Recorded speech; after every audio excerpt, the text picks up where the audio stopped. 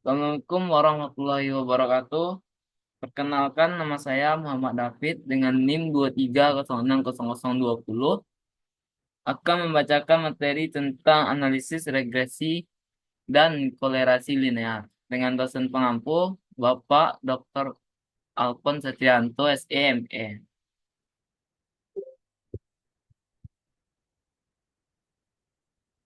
Hal-hal yang akan menjadi pokok bahasan pada materi ini adalah yang pertama yaitu analisis kolerasi sederhana, yang kedua uji signifikasi koefisien kolerasi, yang ketiga analisis regresi, yang keempat standar error, yang kelima asumsi-asumsi metode kodrat terkecil, yang keenam perkiraan interval dan pengujian hipotesis, yang ketujuh hubungan antara koefisien kolerasi, determinasi, dan kesalahan pendugaan.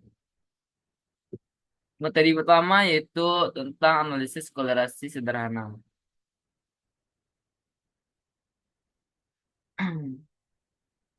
Sebelumnya saya akan membacakan eh, analisis kolerasi sederhana. Analisis kolerasi pertama yang kali dikembangkan oleh uh, Carson pada tahun 1900. Tujuan dari analisis kolerasi adalah untuk menentukan seberapa erat hubungan antara dua variabel. Definisi analisis kolerasi dinyatakan sebagai berikut.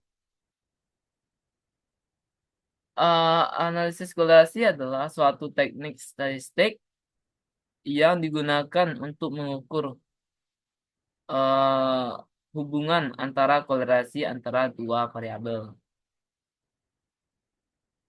Eh, Dalam hal ini itu dibicarakan juga hubungan antara dua variabel. Misalnya variabel X pada sumbu horizontal adalah variabel inflasi dan variabel Y pada sumbu vertikal sebagai variabel suku bunga. Maka setiap variabel atau inflasi mempunyai pendanaan nilai pada variabel Y suku bunga sebagaimana pada gambar berikut. Jadi analisis kolerasi itu adalah menguji hubungan dan regresi itu adalah menguji pengaruh. Pada hubungan inflasi dan suku bunga itu disebut dengan kolerasi negatif, yang mana dengan berlawanan permintaan naik, determinan turun akan menyebabkan daya beli akan berkurang. Jadi hubungan inflasi dan suku bunga kolerasi negatif. Begitu juga dengan hubungan produksi dan harga minyak goreng kolerasi positif, yang mana permintaan naik, eh, suku bunga juga naik, namanya searah, akan menyebabkan potensi keuntungan naik. Gambar pertama menunjukkan suku bunga yang mempengaruhi inflasi antara variabel inflasi dan suku bunga. Apabila dilihat pada gambar saat ini inflasi rendah, maka suku bunga tinggi, dan pada saat inflasi tinggi, suku bunga rendah. Gambar tersebut menunjukkan adanya hubungan antara inflasi dan suku bunga yang bersifat negatif. Sebaliknya, gambar kedua memperlihatkan hubungan yang positif antara variabel produksi dan harga minyak goreng, yaitu apabila harga meningkat, maka produksi juga meningkat. Analisis kolerasi mencoba mengukur keeratan hubungan antara dua variabel X dan Y.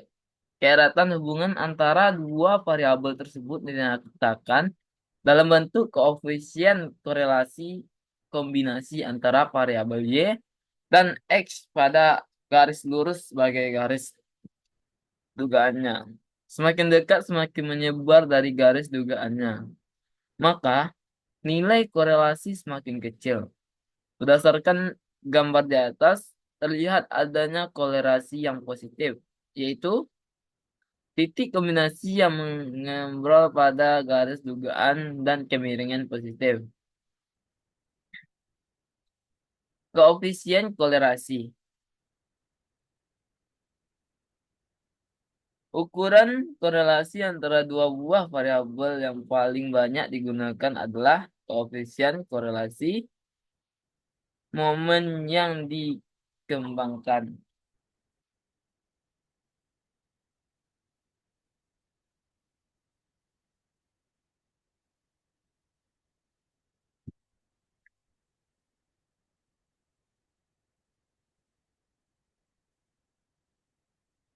Momen yang dikembangkan oleh parsel rumus koefisien korelasi tersebut dinyatakan sebagai berikut.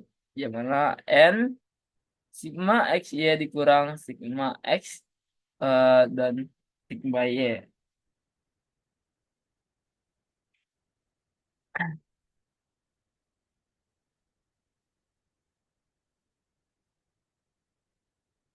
Dan selanjutnya yaitu koefisien determinasi. Koefisien determinasi merupakan ukuran untuk mengetahui keseimbangan, kesesuaian atau ketetapan antara nilai dugaan atau garis regresi dengan data sampel. Jika semua data observasi terletak pada garis regresi, akan diperoleh garis regresi yang sesuai atau sempurna. Namun, apabila data observasi tersebut jauh dari nilai dugaan antar garis regresinya, maka nilai dugaan menjadi kurang sesuai. Koefisien determinasi didefinisikan sebagai berikut.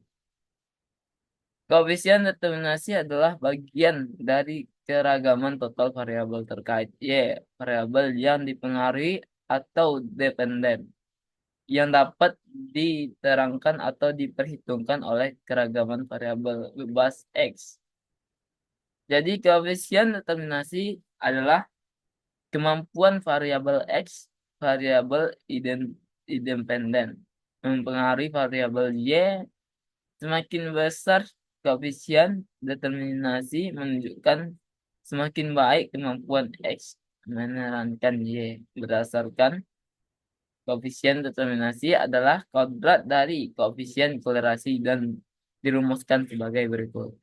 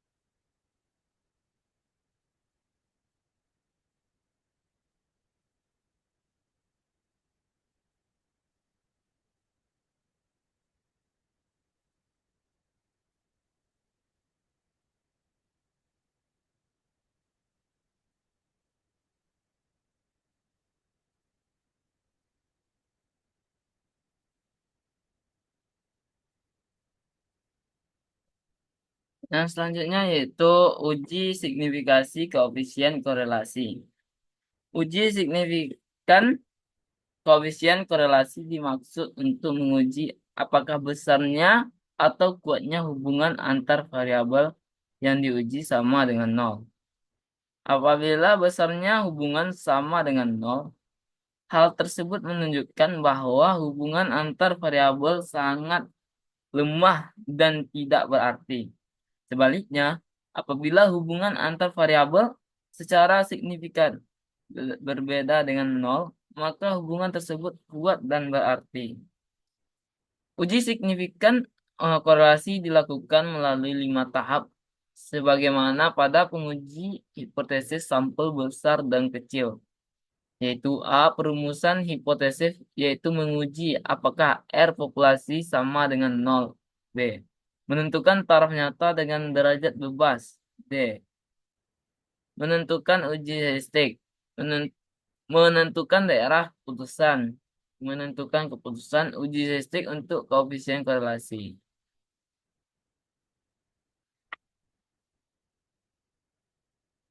Bagaimana menggunakan MS Excel untuk mencari korelasi? MS Excel akan membantu menghitung korelasi dengan mudah dan cepat. Berikut beberapa langkah yang diperlukan. Yang pertama yaitu memasukkan data Y ke kolom A dan data X ke kolom B. Yang kedua, klik ikon insert dan pilih fungsi FX function. Tiga, setelah memiliki fungsi itu muncul kotak dialog seperti di bawah ini. Pilihlah seleksi pada function kategori corner pada kolom Y.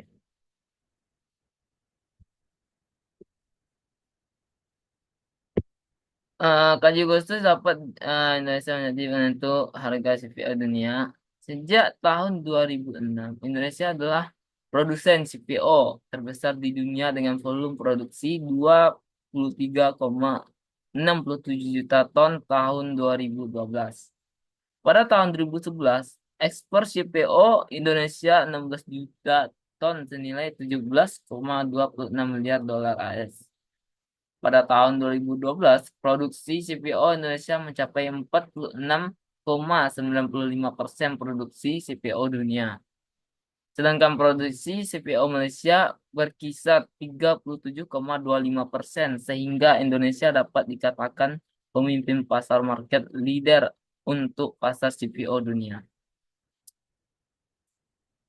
Yang selanjutnya yaitu analisis regresi. Analisis regresi adalah suatu teknik yang digunakan untuk membangun suatu persamaan yang menghubungkan antara variabel tidak bebas Y dengan variabel bebas X dan sekaligus untuk menentukan nilai ramalan atau dugaannya. Telah dipelajari tentang koefisien kolerasi dan uji signifikasinya. Selanjutnya kita akan membahas tentang persamaan untuk mengetahui nilai variabel terkait. Y disebut dengan dependent variable berdasarkan nilai variabel bebas. X disebut dengan independent variable. Persamaan yang menyatakan untuk hubungan antara variabel terkait Y dengan variabel bebas X disebut dengan persamaan regresi. Persamaan regresi adalah suatu persamaan matematika yang mendefinisikan hubungan antar dua variabel. Bentuk sebenarnya dari persamaan regresi pada populasi adalah Y sama dengan A tambah BX. Oleh karena dalam menyatakan tidak dapat diketahui nilai sebaliknya dari parameter A dan B, maka dapat diperkirakan dengan menggunakan data sampel yang ditarik dari populasi, sehingga bentuk persamaan regresi perkiraannya menjadi Y dikurang A kecil tambah B kecil X. Untuk mendapatkan suatu persamaan regresi, pertama dilakukan pengumpulan data dari variabel yang akan dilakukan hubungannya. Misalkan variabel Y dan X, selanjutnya dibuat gambar titik.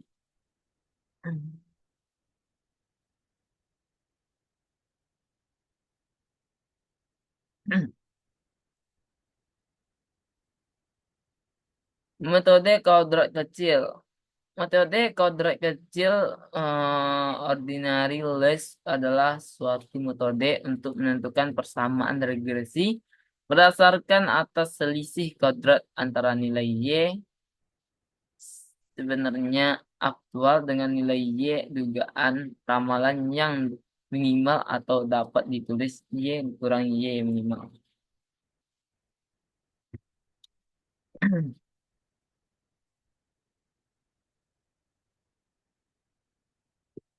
Selanjutnya yaitu standar error atau kesalahan baku pendugaan.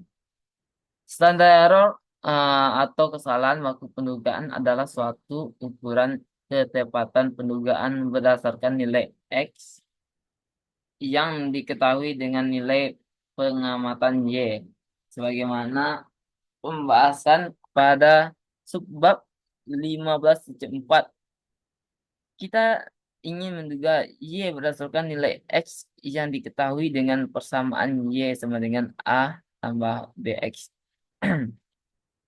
Nilai koefisien A dan B pada persamaan dapat dihitung dengan menggunakan rumus koefisien regresi. Apabila nilai A dan B sudah diketahui, maka nilai Y dapat diduga memasuki setiap nilai X pada persamaannya.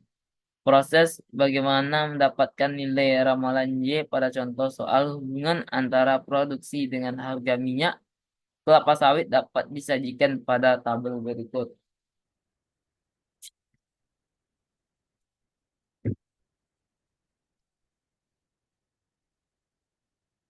Standar error atau kesalahan kepanduan adalah suatu ukuran yang mengukur ketidakakuratan pencarian atau persebaran nilai-nilai pengamatan Y terhadap garis regresi Y minimal.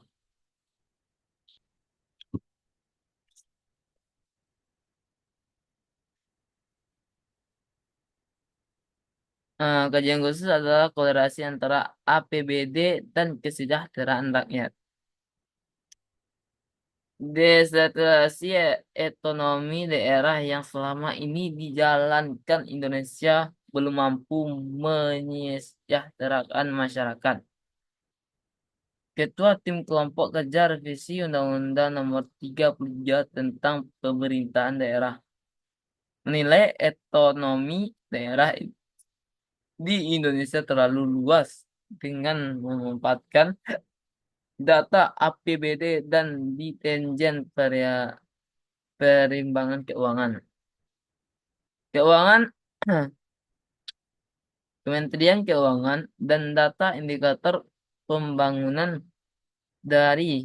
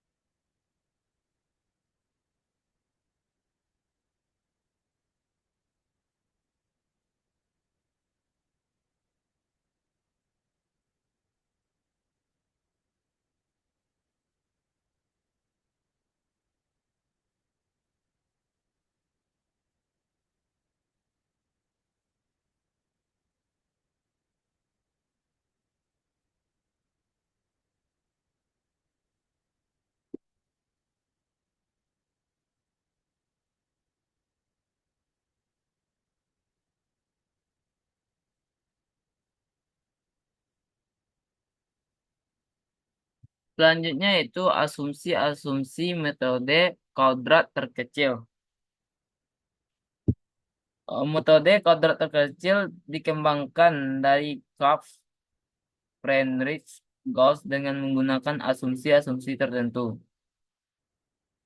Asumsi-asumsi metode kodrat terkecil tidak hanya penting untuk menghitung koefisien regresi sampel, yaitu A dan B, tetapi juga untuk membuat pendugaan interval dan menguji hipotesis koefisien regresi populasi. Beberapa asumsi penting metode kodrat kecil adalah sebagai berikut. Nilai rata-rata dan error strength atau expect volume untuk setiap nilai X sama dengan 0. Asumsi ini dinyatakan pada gambar di bawah. Terlihat bahwa untuk setiap X, misalnya X1 dan X2 dan X3, terdapat beberapa nilai Y, dan nilai Y tersebut terdapat di bawah dan di atas garis regresi. namun nilai rata-rata nilai dari Y berada di titik tengah yaitu pada garis regresi. Karena kurva bersifat simetris, maka nilai di bawah garis regresi sama dengan nilai di atas regresi. Sehingga nilai harapan dari AI untuk setiap X dan X1 sampai X2 sama dengan 0.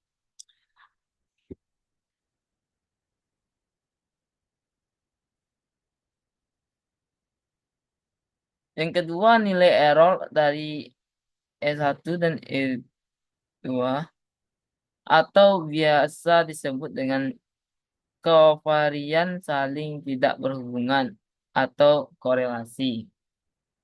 Asumsi ini biasa dilambangkan sebagai berikut.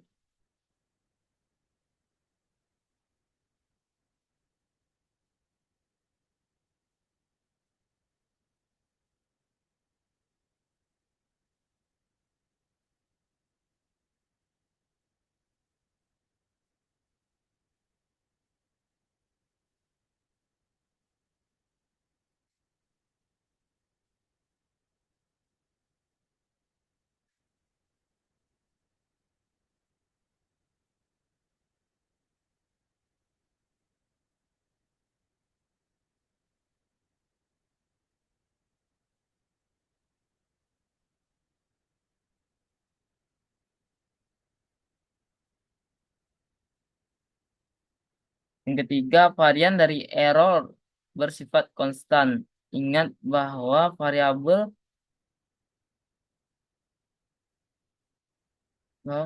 ditambahkan dengan sehingga asumsi ini dilambangkan dengan for.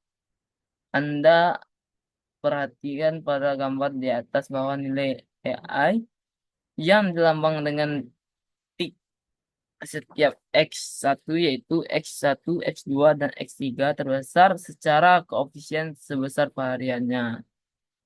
Pada gambar tersebut nilai E tersebut satu standar deviasi di bawah garis regresi dan satu standar deviasi di atas garis regresi.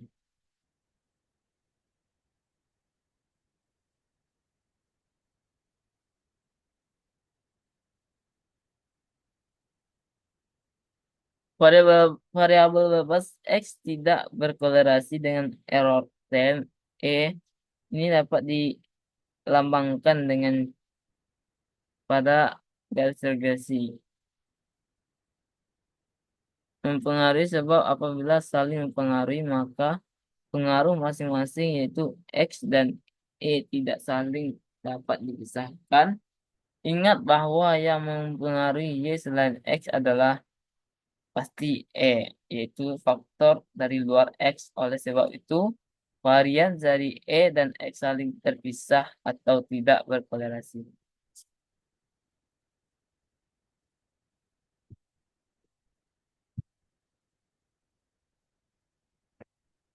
Perkiraan interval dan pengujian hipotesis eh, bagian penting dari ilmu statistik adalah statistik induktif, yaitu menarik kesimpulan tentang populasi dengan menggunakan sampel dan pengujian hipotesis.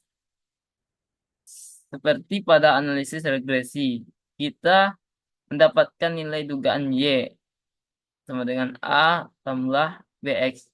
Berdasarkan pada data sampel untuk menduga nilai-nilai sesungguhnya pada populasi. Maka dugaan tersebut semakin baik. Di samping itu perlu diketahui apakah nilai koefisien dari sampel mendekati nilai parameter populasinya dan untuk diperlukan pengujian hipotesis. Perkiraan atau pendugaan interval. Dalam teori pendugaan Atlassian Theory terdapat dua hal yang penting, yaitu pendugaan interval, Coefficient interval, dan interval estimation, dan pendugaan tunggal, production interval atau point in estimation. Pendugaan interval dimaksudkan untuk menggambarkan nilai tentang untuk setiap nilai X tertentu, sedang pendugaan tunggal digunakan untuk menggambarkan kisaran nilai untuk setiap nilai X tertentu. Pada kondisi nyata, di mana terjadi fluktuasi, maka nilai dugaan A dan B dapat mempunyai nilai yang berada dengan nilai populasi sebenarnya.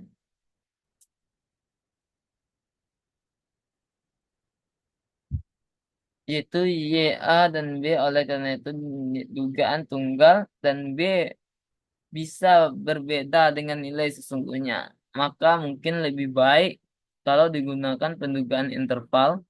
Pendugaan interval tersebut dimaksud agar nilai Y, A, dan B yang sesungguhnya terletak pada suatu interval dengan nilai batas bawah dan atas dan tingkat keyakinan A tertentu. Untuk mengetahui nilai dugaan interval tersebut, berturut-turut akan dibahas interval untuk nilai tengah Y dan pendugaan interval untuk koefisien regresi B dan A.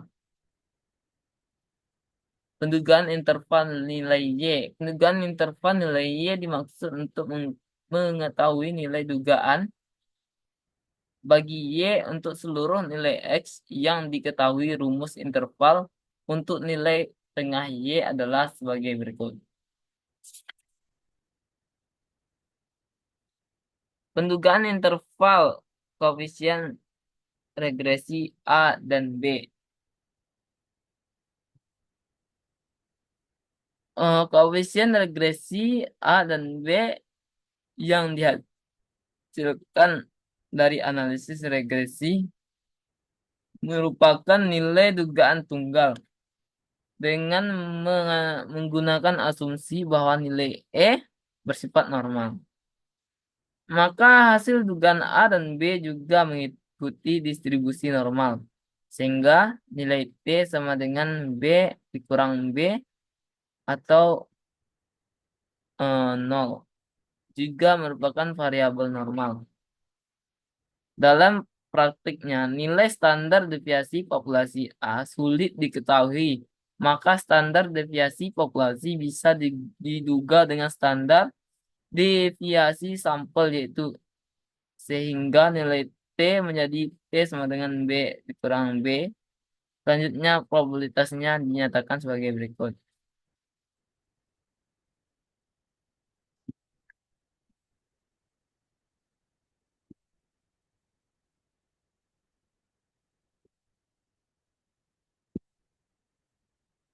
Pengujian hipotesis.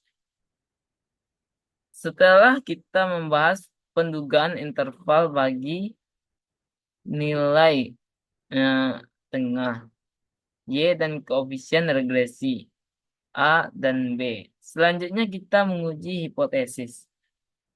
Masalah pengujian hipotesis secara statistik dapat disederhanakan menjadi apakah nilai dugaan yang diperoleh dari pengamatan sesuai dengan yang terjadi sesungguhnya atau yang dihipotesiskan.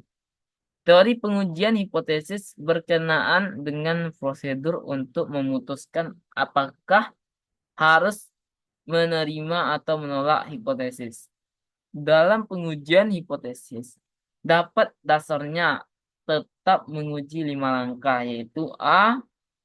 Merumuskan hipotesis H0 dan H1. Yang B. Menentukan taraf nyata A. Yang C. Melakukan uji statistik, yaitu uji T. Dan D. Menentukan daerah keputusan dan E. Menentukan keputusan. Terdapat dua pendekatan di dalam pengujian hipotesis, yaitu pendekatan interval keyakinan. Yang pertama, pengujian hipotesis dan pendekatan interval. Pengujian hipotesis dengan pendekatan interval dimaksud bahwa dalam jangka panjang interval keyakinan tersebut akan memuat nilai parameter populasi A dan B yang sebenarnya dengan taraf nyata A%. Interval keyakinan merupakan suatu himpunan dari hipotesis nol yang dapat diterima apabila interval keyakinan di dalamnya termasuk nilai hipotesis nol, maka hipotesis nol tersebut dapat diputuskan untuk diterima. Sebaliknya, apabila dalam interval keyakinan tidak termasuk nilai hipotesis nol, maka hipotesis nolnya ditolak. Tahapan dalam menguji hipotesis interval adalah merumuskan hipotesis, menentukan taraf nyata, menyusun interval keyakinan, dan melakukan pengujian atau mengecekkan apakah nilai populasi, yaitu A dan B, terdapat di dalam interval keyakinan, serta keyakinan memutuskan untuk menerima atau menolak hipotesis. Yang kedua yaitu penguji hipotesis dengan pendekatan uji signifikasi, uji signifikan nyata. Pendekatan uji signifikan dikembangkan Fisher bekerja sama Neumann serta Person. Uji signifikasi adalah suatu prosedur untuk memeriksa apakah koefisien A dan B yang dihasilkan dari sampel sesuai atau tidak dengan nilai parameter populasi sebenarnya A dan B atau yang dihipotesiskan.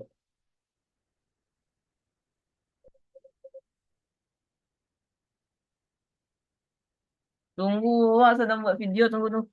Baca roh. Izinkan WhatsApp mengakses kamera Anda.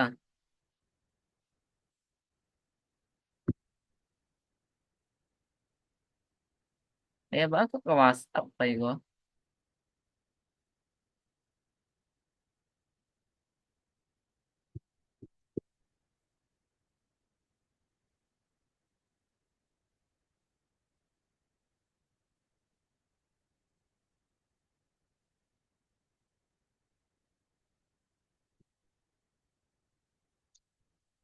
Walah, walah.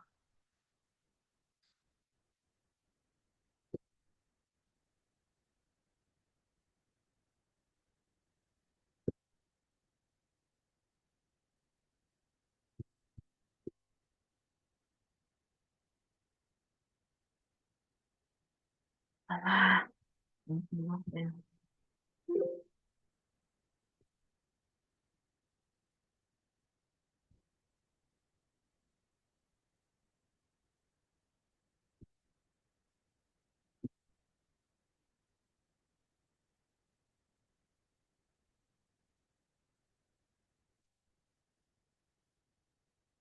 Pengujian selanjutnya itu hmm, hubungan antara koefisien korelasi, determinasi, dan kesalahan buku pendugaan. Antara koefisien korelasi R, koefisien determinasi R2, dan kesalahan eh, buku pendugaan SIZ. Sebenarnya mempunyai hubungan. Koefisien korelasi R menunjukkan keeratan hubungan antara dua atau lebih variabel. Apabila nilai yang sesungguhnya yaitu Y mendekati garis regresi, maka koefisien korelasinya juga besar dan kesalahan pendugaan akan kecil. Koefisien determinasi menunjukkan seberapa besar persentase keragaman Y yang dapat dijelaskan oleh keragaman X1 atau bahasan sederhana terhadap besar kemampuan X dalam menjelaskan Y. Kesalahan buku pendugaan merupakan suatu ukuran yang menyatakan kedekatan suatu nilai yang sesungguhnya terhadap garis regresi.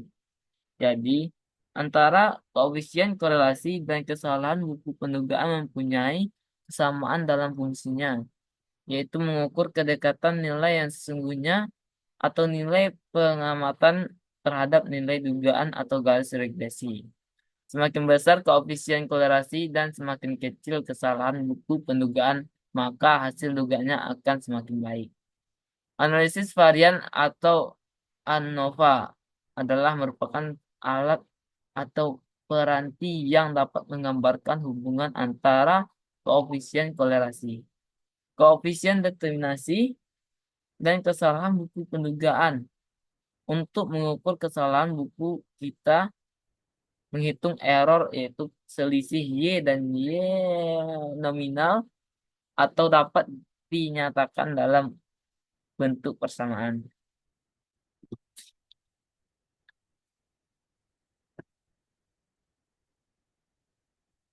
Di mana Y adalah nilai sebenarnya, Y nominal adalah nilai regresi, dan E adalah error atau kesalahan. Apabila kita membicarakan tentang keragaman total terhadap Y, yaitu Y dikurangi Y nominal kuadrat, maka keragaman tersebut terdiri dari dua unsur komponen, yaitu yang A, keragaman dari komponen yang dapat dilaksanakan, yaitu komponen regresi, dan nilai keragamannya dilambangkan dengan Y dikurang Y nominal kuadrat. Dan B, keragaman dari komponen yang tidak dapat dijelaskan, yaitu komponen error yang dilambangkan dengan Y dikurang kuadrat.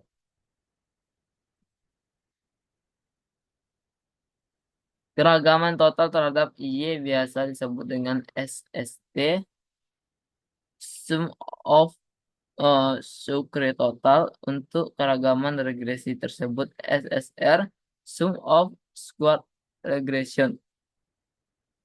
Dan keragaman error disebut SSE, sum of error, dengan memperhatikan format tabel ANOVA sebagaimana dikemukakan pada subbab 14.6 pada bab 14, maka dapat diasumsikan format sebagai ANOVA sebagai berikut.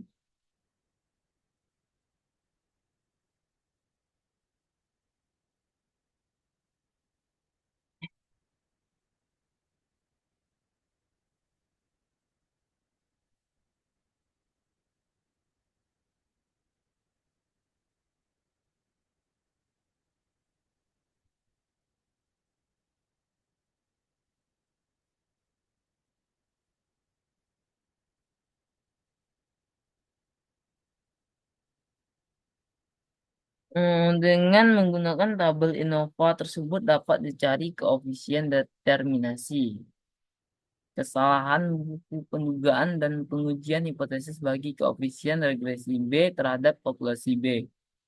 Koefisien determinasi merupakan kemampuan variabel X dalam menjelaskan Y.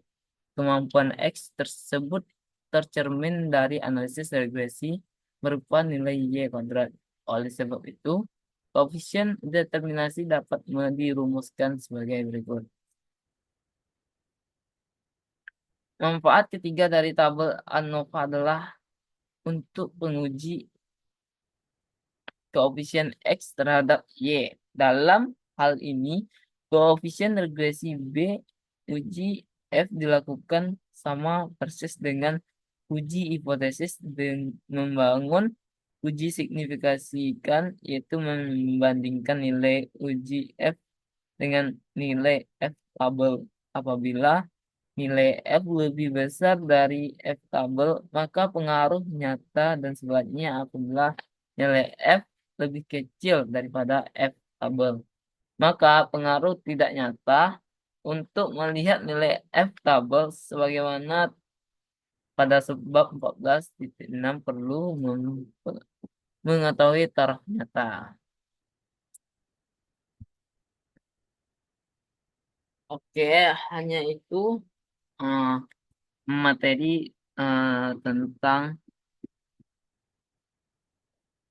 analisis regresi dan eh, kolerasi linear. Hmm, Dan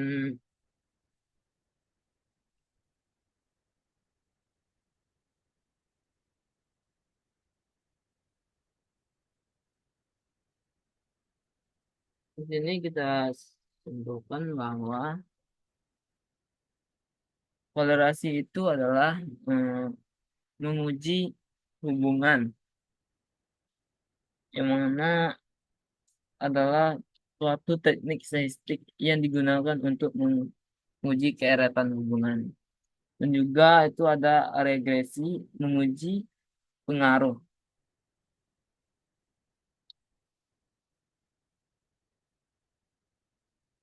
Regresi menguji pengaruh antar diminasi hubungan antar dua variabel. Dan hanya itu yang dapat saya presentasikan pada kesempatan kali ini. Saya akhiri dengan membaca Assalamualaikum warahmatullahi wabarakatuh.